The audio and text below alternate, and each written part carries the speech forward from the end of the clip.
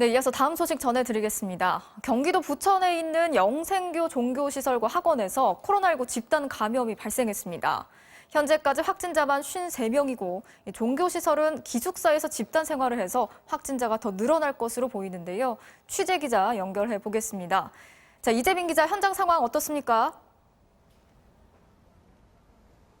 제가 나와 있는 영생교 승리재단 건물엔 취재진을 제외하고는 사람이 오가지 않고 있습니다. 정문에는 집합을 금지하는 행정명령서가 붙어 있는데요.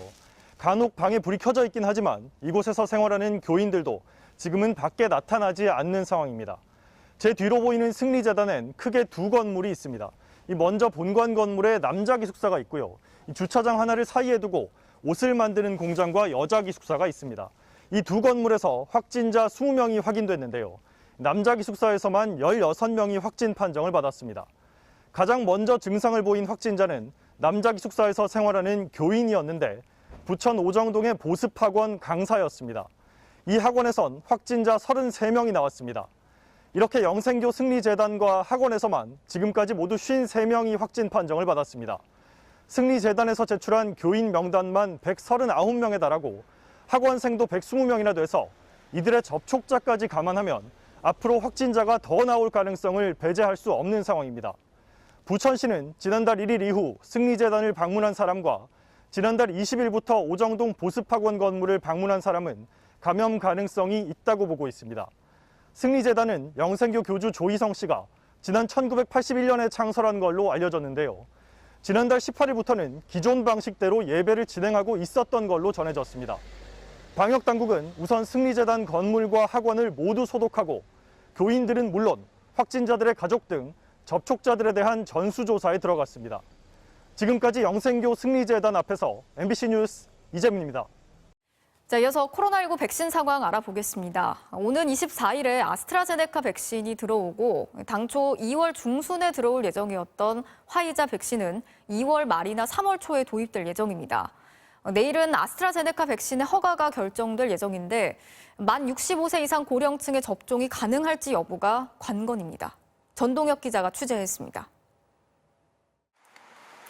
국내 코로나19 백신 접종은 한국에서 생산된 아스트라제네카 백신으로 시작될 예정입니다. 당초 백신 공동구매기구 코백스 퍼실리티를 통해 확보한 화이자 백신이 2월 중순쯤 들어올 예정이었지만 늦어지고 있기 때문입니다. 코백스 퍼실리티를 통한 화이자 백신은 2월 말 또는 3월 초에 국내에 도입될 것으로 예상하고 있습니다. 아스트라제네카 백신은 오는 24일 경북 안동의 SK바이오사이언스 생산시설에서 출고됩니다. 이튿날 보건소와 요양병원 등 접종기관으로 배송되고 26일부터 접종이 시작될 예정입니다. 접종 대상은 요양시설의 입원자와 종사자 등입니다. 아스트라제네카 백신은 내일 식약처의 최종점검위원회에서 최종 사용 허가가 날 전망입니다. 다만 만 65살 이상 고령자 접종이 가능할지 여부가 관건입니다. 앞서 지난 5일 중앙약사심의위원회에선 안전성에는 문제가 없지만 65살 이상에서도 효과를 보이는지 임상적 자료가 부족하다며 고령자에게는 신중히 접종해야 한다는 내용을 주의사항에 넣을 것을 권고했습니다. 만약 고령자에 대해서는 허가되지 않거나 사용이 제한될 경우 정부는 접종 대상을 포함해 백신 접종 계획을 조정할 예정입니다. MBC 뉴스 전동혁입니다.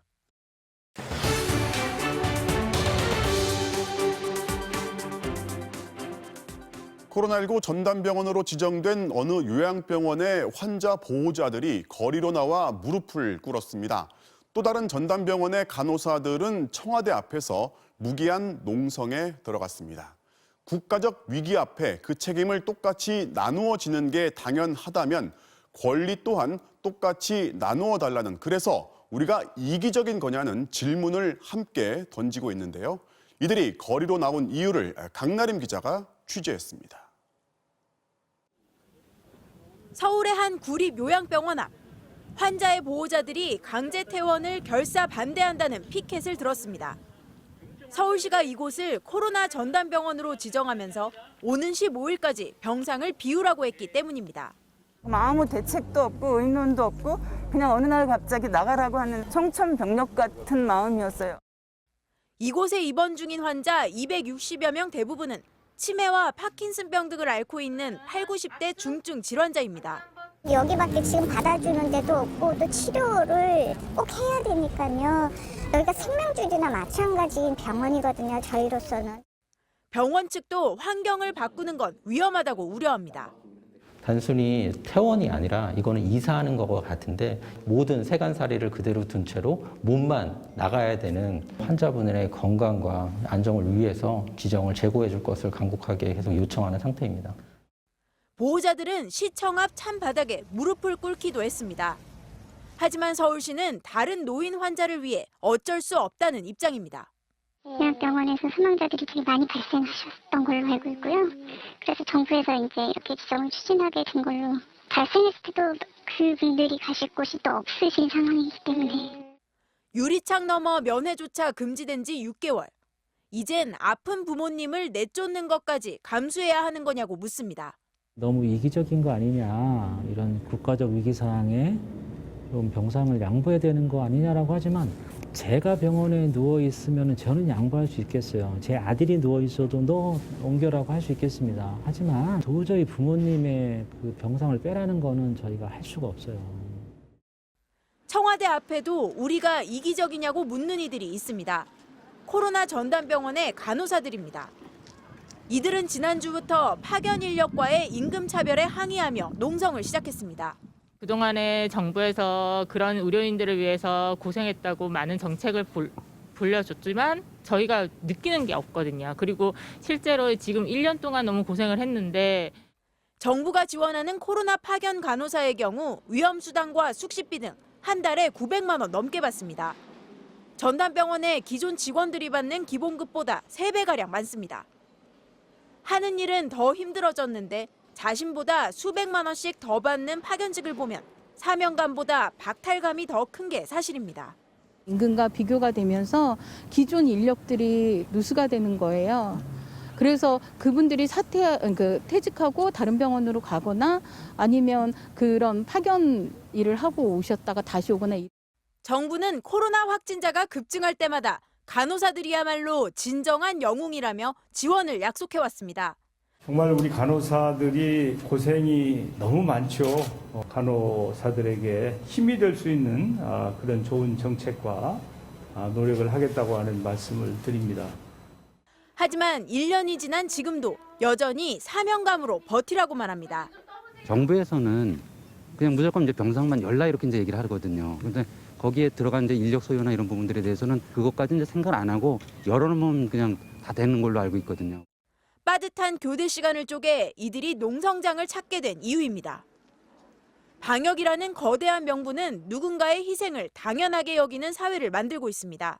전담병원으로 지정 시 기존에 있던 우리 240명 되는 우리 직원들은 대부분 퇴사 의사를 지금 밝힌 상태여서 이 지원금을 기존의 전담병원에 더 투자를 해서 제대로 된 전담병원으로 계속 유지될 수 있도록 하는 것이 더 좋겠다는 입장입니다.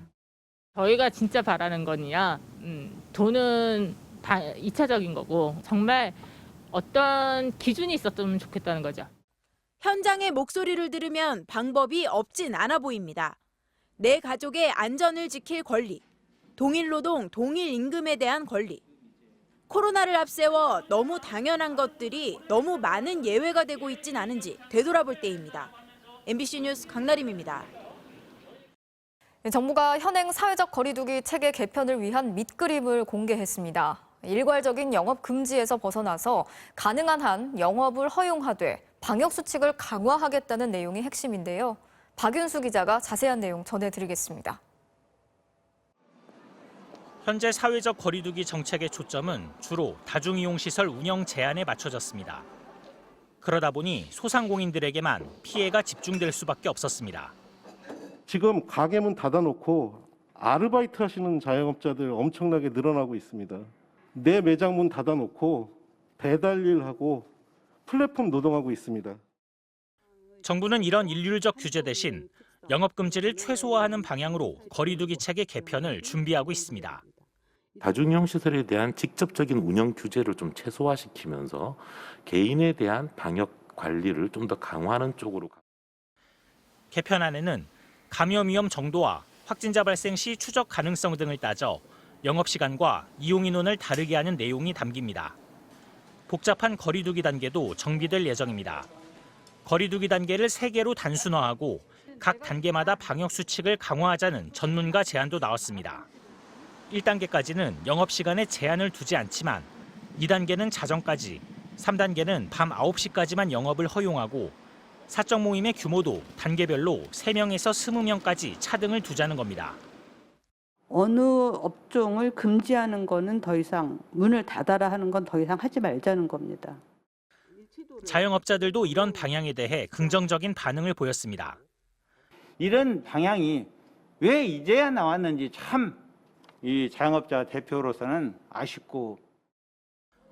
정부는 관계부처, 관련 협회 등과 논의를 거쳐 이르면 다음 달 거리두기 개편안을 확정 발표할 방침입니다.